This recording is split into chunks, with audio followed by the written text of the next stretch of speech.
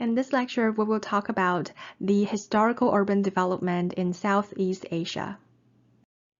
Southeast Asia is a vast region of Asia situated east of the Indian subcontinent and south of China.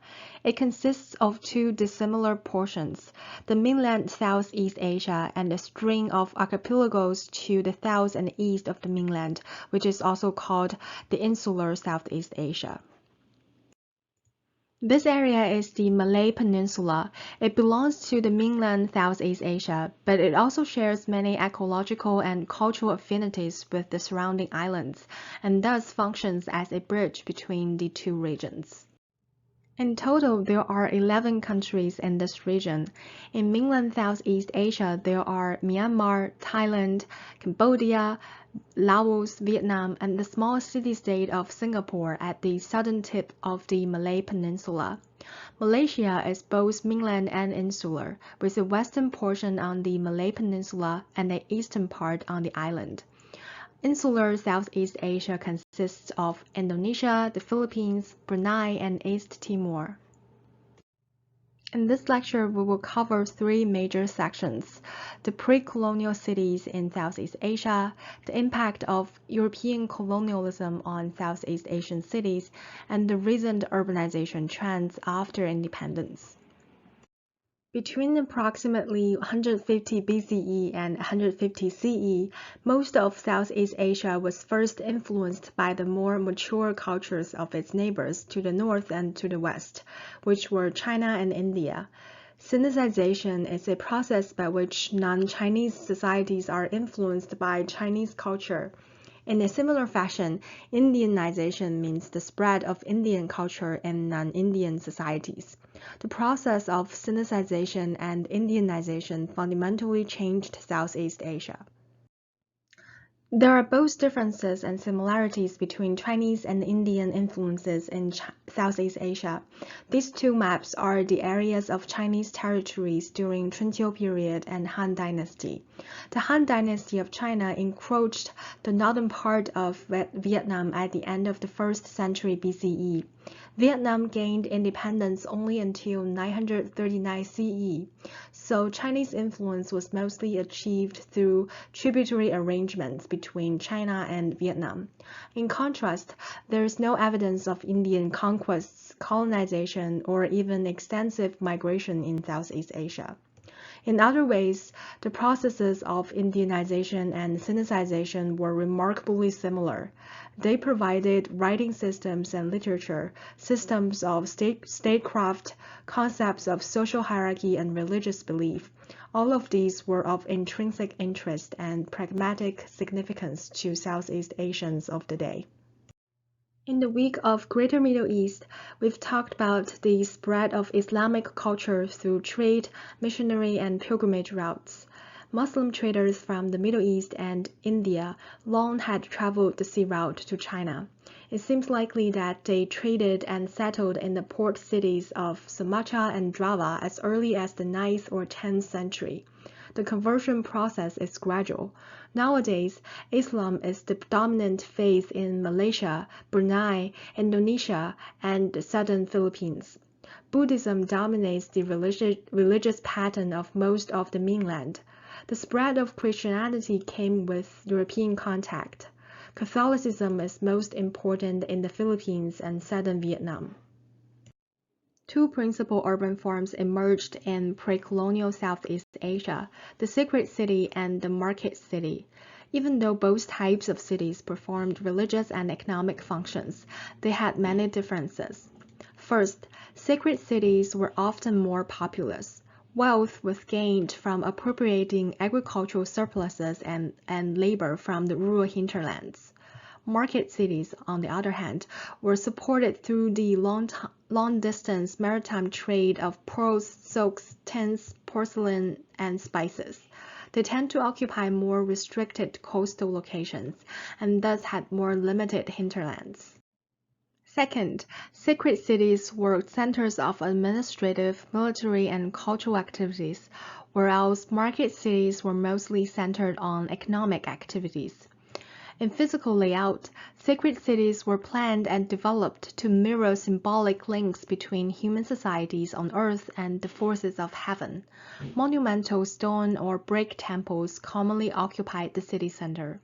Market cities were more compact in their physical layout, with much activities associated with the port areas.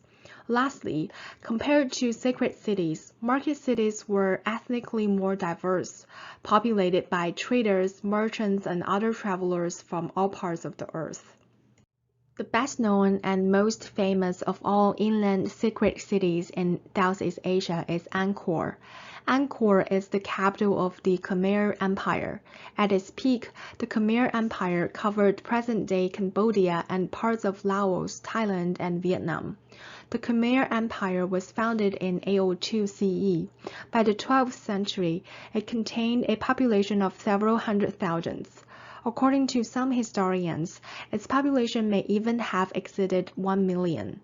These photos are from Angkor Wat, which is the temple complex at Angkor, which was built in the 12th century. It comprises more than 1,000 buildings and is one of the great cultural wonders of the world. Angkor Wat is the world's largest religious structure, covering about 400 acres and marks the high point of Khmer architecture. One prominent example of market cities is Malacca. It was founded around 1400 in the western side of the Malay Peninsula. Malacca emerged as an important trading port in the spice trade.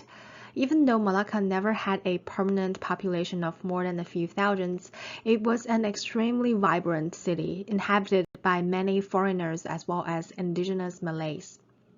By the 16th century, many of the once prosperous inland sacred cities were in decline because of internal factions, economic collapse, and foreign interventions. Coastal market cities, however, continued to thrive on maritime trade. For the region as a whole, the coming years of European colonial dominance would completely alter the course of urbanization in Southeast Asia. The colonial period covered from early 16th century to mid-20th century. In 1511, a Portuguese fleet captured Malacca, which symbolized a start of the nearly 500 years of European colonialism. The Portuguese came primarily to gain control of the lucrative spice trade. They were soon followed by the Spanish, the British, the Dutch, and the French. This map shows the colonizers of Southeast Asian countries and the time span of colonialism. The only country that has never been colonized in this region is Thailand. The most significant impact of colonialism was the establishment of urban nodes that would grow into primate cities. Geographically, these cities were located at sites that provided good access to seas or rivers. Their locations allowed European colonizers to easily export primary products from the region and import secondary products from Europe and elsewhere. Primate cities served multiple functions, including political, commercial, financial, and even religious activities. They also became exceptionally large. They served as the magnets for both internal and international migration.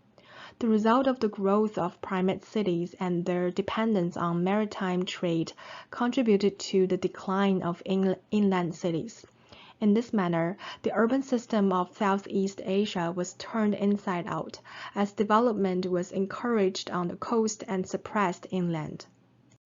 The third important impact of colonial rule is the transformation of smaller cities in Southeast Asia.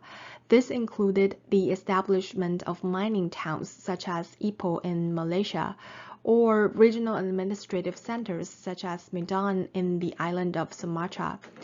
Also noticeable is the emergence of upland resort centers. Colonial powers developed resort cities high in the mountainous regions to escape the oppressive heat and humidity in the lowlands. Bandung is an example of these resort centers. It's a small city located in a deep mountain valley on the island of Java, established by the Dutch. In many colonies, the colonizers encouraged contract labor. The British, for example, actively encouraged the importation of labor from China and South Asia. The mass migration of the Chinese to Southeast Asia has a long history, with the first wave of merchants and craftsmen dating back to the 17th century. China's defeat in the mid-19th century Opium Wars generated the second wave of migration of mostly manual laborers to Southeast Asia. The third wave occurred during the 1920s and 1930s, with a more diverse composition of Chinese migrants, motivated by the internal instability of China and the economic rise of Southeast Asia. By the mid-19th century, immigration facilitated the establishment of Chinese communities in cities such as Singapore, Manila, and Bangkok, and an Indian community in Singapore. Along with the growth of foreign immigration and the ways in which European powers regulated their colonies, there has been ethnic tensions between the immigrants and the native population. For example, in Indonesia, there has been violent events caused by the tensions between ethnic Chinese and native Indonesians. Under Dutch colonial rule, the population of Indonesia was split into classes by race. The Dutch used the Chinese as middlemen to collect crops and taxes from the native Indonesians. That led to resentment against the Chinese, resulting in discriminatory policies in later years. When Indonesia gained independence from the Dutch in 1945, then-President Sukarno prevented the Chinese from doing businesses outside of the cities. Under President Suharto, opportunities for Indonesian Chinese to hold government and military posts were limited. They were also not allowed to practice Chinese traditions and urged to change their names to Indonesian-sounding ones. But Suharto also relied on powerful Chinese businessmen to build Indonesia's economy. When the economy collapsed during the Asian financial crisis, the rich Chinese were blamed for it and became a target of the other Indonesian races. In May 1998, violent anti-Chinese riots erupted in the capital of Jakarta and in the city of Medan, where most Indonesian Chinese lived. Chinese businesses were looted and burned, and Chinese women were raped. More than 1,000 people, both ethnic Chinese and other Indonesian races, were killed. Policies changed after Suharto resigned as president in 1998. The new government repealed the law banning Chinese cultural performances and largely improved the social status of Indonesian Chinese. But discrimination against the Chinese can still be seen in some part of Indonesia today. Lastly, European colonialism significantly affected the development of regional transportation and urban systems within Southeast Asia. For example, the British built railways in the Malay Peninsula that run from the Perak tin mining areas to the coast, and later expanded along a north-south axis to provide access to the ports and tin smelting facilities in Penang and Singapore. Consequently, the major urban areas along the western coast of Malay Peninsula formed an interconnected urban system that remains evident today.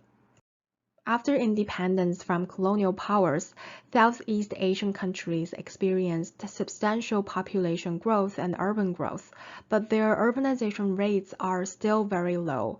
You can see from this figure that 8 out of 11 countries in Southeast Asia have lower than world average urbanization rate.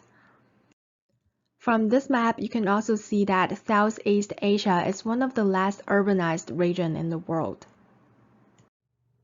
Urban growth comes from two major sources, natural population growth and migration.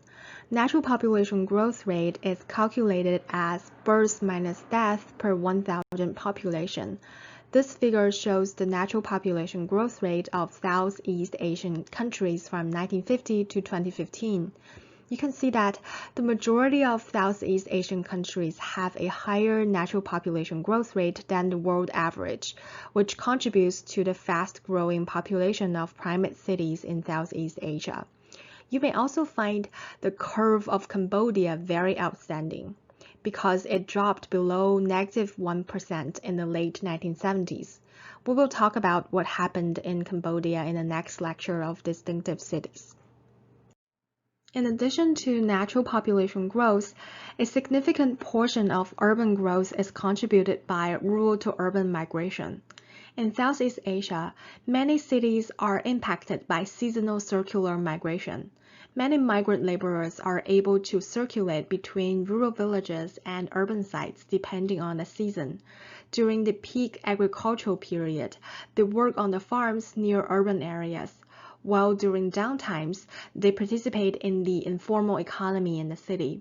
This circular migration helps families to diversify their income generation activities.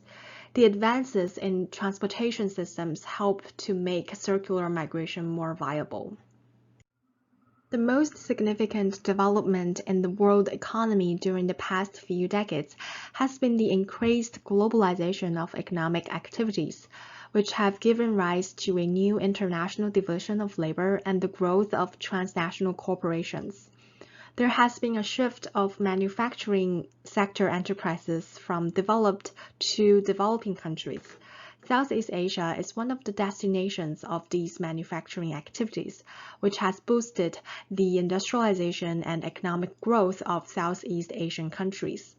Shifts in the economic structure have led to remarkable societal and occupational changes in Southeast Asia. There has been a decline in agricultural workers and an increase in the number of workers employed in the service and manufacturing sectors, which then led to the emergence of a new middle class in cities. The rise of new urban middle class has drastically altered the landscape of Southeast Asian cities. The new middle class demands more space and more privacy, which led to the demand for Western-style housing in the form of detached or semi-detached single-family dwellings. Having the ability to purchase a car, the middle class is able to commute longer distance to work, thus fueling the sprawl of cities into traditional agricultural hinterlands. Others prefer to live closer to the traditional downtown districts.